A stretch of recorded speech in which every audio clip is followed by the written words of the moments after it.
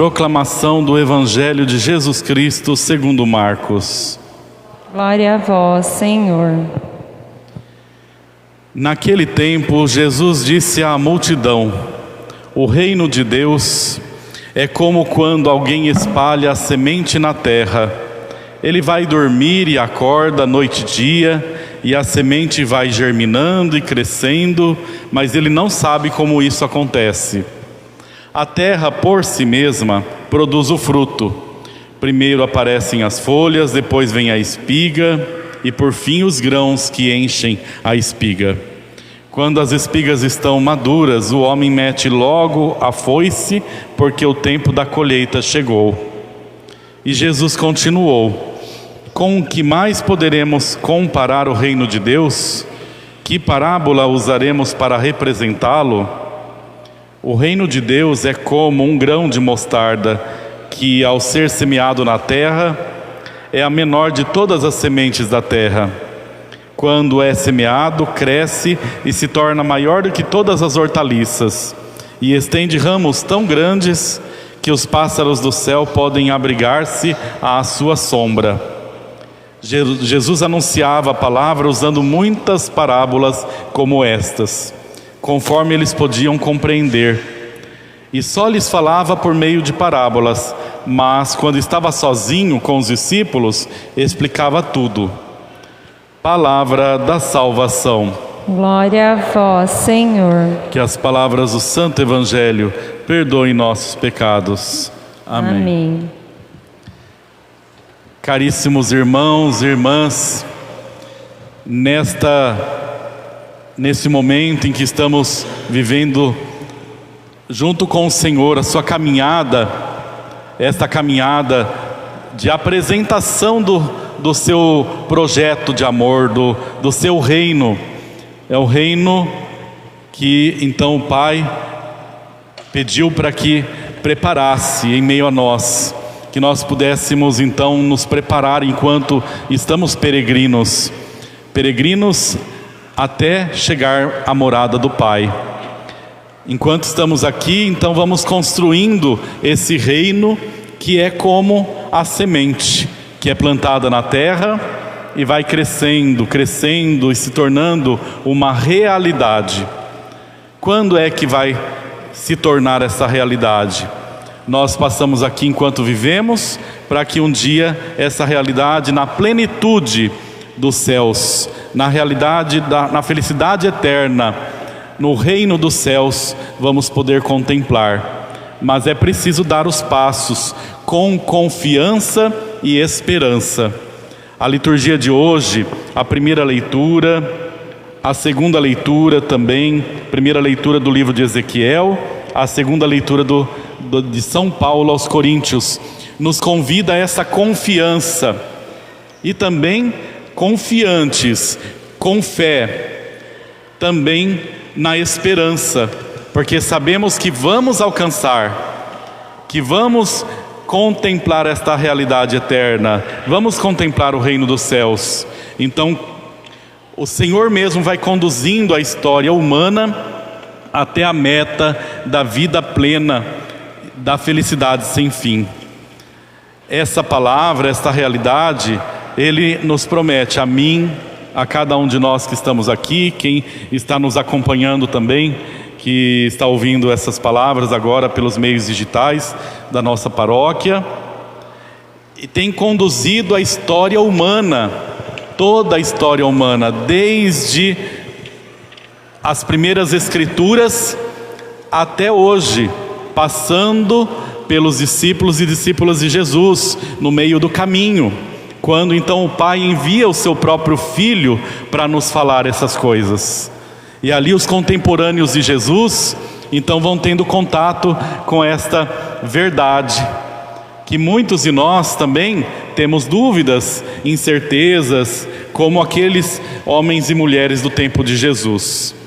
Mas nós vemos que é um caminho que todos nós somos convidados a contemplar, um caminho que pertence a um projeto, o projeto do Senhor, um projeto que, olhado a lógica nossa, a lógica humana, parece não ter sentido, parece ser fadado ao fracasso, destinado ao fracasso, mas não. A semente, quando cai na terra, ela morre, precisa morrer para dar fruto. E assim, os frutos vai dizer assim, que as ramas, os ramos crescem, se estendem tanto que vão, depois dar frutos, e os pássaros, eles se apoiam nos ramos para ali também estar protegidos, para ali também se alimentar.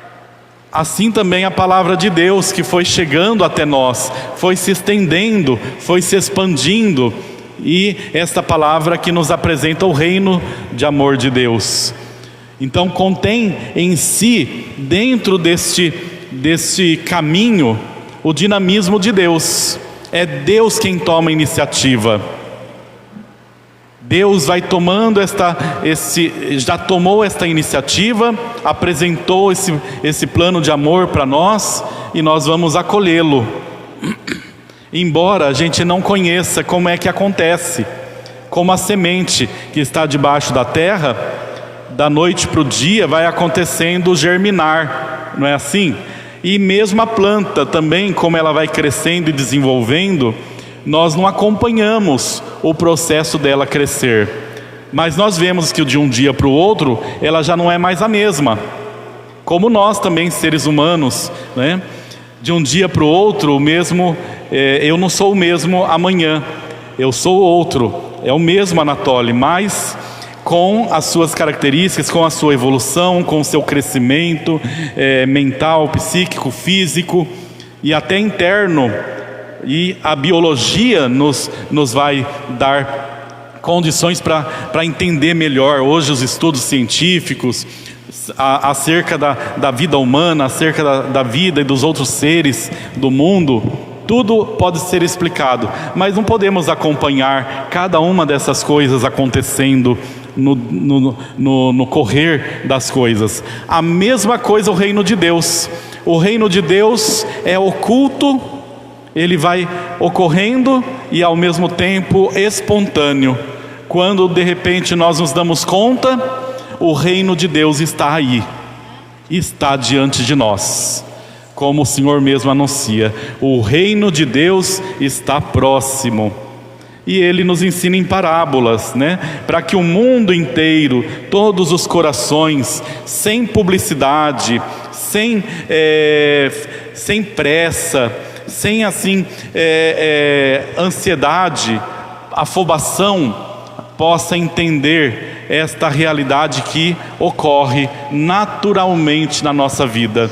O Senhor quer que nós possamos viver, dando lugar a um novo céu, a uma nova terra, dando lugar a uma realidade nova que Deus quer oferecer a todos. E nós vemos pelas leituras, a primeira leitura no livro do profeta Ezequiel, no momento em que, através desse profeta, Deus está oferecendo e assegurando àquele povo a segurança, a paz, a esperança que acabamos de falar no início, a confiança, porque eles estão exilados na Babilônia, eles estão afastados da terra deles, eles foram levados para uma terra estrangeira e dominados por uma governança, que não é a deles, estão submetidos a esse poder, que, como nós vemos nessa leitura, todas as árvores do campo saberão que eu sou o Senhor,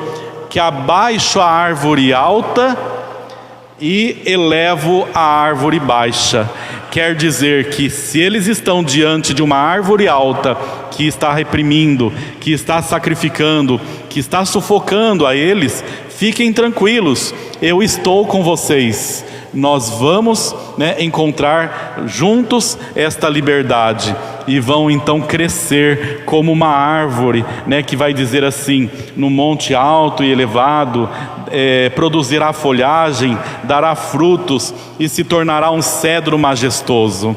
É a promessa do Pai para esse povo, para o povo de Deus, né, que está ali em meio aos desastres, em meio às crises, em meio ao sofrimento diante daquele poder estrangeiro, né, mas sabendo que ninguém vai se render a esta situação. Vão sair desta realidade e vão entrar num novo tempo. E de fato o povo de Deus saiu do exílio da Babilônia e foi liberto, e encontrou a graça, encontrou o bem, encontrou a salvação. Por isso o Salmo responsorial nos convida a dizer e agradecer ao Senhor. Agradecer ao Senhor e dizer como é bom agradecermos ao Senhor, porque é o justo que cresce como palmeira, florirá igual ao cedro que há no Líbano. Nos átrios de meu Deus florescerão os justos. Então cada um de nós, quando nos mantemos na retidão, na justiça, no bem, nós vamos florir, vamos crescer, vamos nos desenvolver, vamos alcançar a plenitude. É o caminho de todo homem e mulher, filho e filha de Deus, cristão e cristã, agora falando nas palavras de Jesus, como seguidores de Jesus. E a segunda leitura, já em tempos de Jesus, então em tempos da pregação do Evangelho de Jesus, quando São Paulo então se dirige aos coríntios, agora representando essa palavra de Jesus, vai dizer a eles, né, que mesmo que a nossa vida seja marcada pela finitude, nossa vida termina. Não é verdade? Nós temos aqui, né, dizendo que a nossa vida corporal, né, enquanto moramos no corpo, somos peregrinos longe do Senhor, estamos distante, mas embora estejamos aqui, e quando estivermos com Ele, nós contemplamos já aqui esse desejo de estar com Ele, e quando estivermos com Ele, vamos contemplar a alegria desta realidade diante dele, de contemplar aquilo que não temos agora, né, é muito presente, mas com a fé é possível. Com a fé é possível, não com uma visão clara, mas com a fé que nos ilumina, que nos demonstra, né, que pela nossa história, pela nossa vida, amadurecendo com o tempo, né, nós vamos então no final dos tempos encontrar a maturidade desta fé, encontrar a maturidade desta realidade de Deus nas nossas vidas, né? Quando todos os homens e mulheres possam se sentar à mesa de Deus, possam se sentar à mesa do Senhor. Nós agora temos a alegria, e o Senhor nos deixou o seu corpo e o seu sangue, para que nós possamos um dia contemplar aquela realidade do banquete eterno. Todas as vezes depois da comunhão, o padre faz uma oração, né, pós-comunhão, que esta realidade, esse corpo, esse sangue que nós comungamos, possa nos adiantar, nos antecipar o desejo de participar do banquete eterno. Então, de fato, é esse o nosso caminho, né, de uma vida que não se acaba. Pode, né, nesse momento ter a nossa passagem, mas a vida com Deus não se acaba. É dom que Ele nos oferece, nos dá para nos esforçarmos, né, durante esta vida, durante a caminhada, e não sozinhos também, né, mas com os irmãos. O Senhor explicou todas essas coisas em parábolas, para que todos pudessem entender. Depois, à parte, ele se reunia com os discípulos e ele lhes explicava em detalhes, né? Explicava mais, porque ele tinha proximidade com eles, e eles tinham essa graça de ter a proximidade com Jesus. Mas a todos ele falava em parábolas, que era uma maneira muito boa, pedagógica, de ensinar, como as catequistas, né, que tem as suas técnicas, seus recursos, suas maneiras, os líderes pastorais, para poder anunciar a palavra. mas mesmo assim tem aqueles que não compreendem. Quem é que não compreendia naquela época as parábolas?